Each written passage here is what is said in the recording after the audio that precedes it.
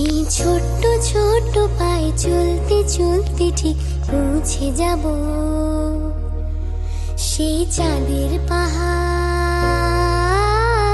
দেখতে পাবো।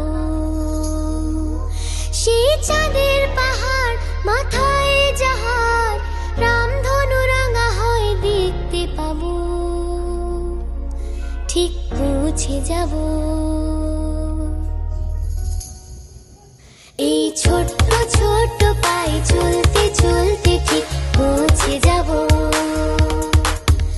এই ছোট্ট ছোট্ট পায়ে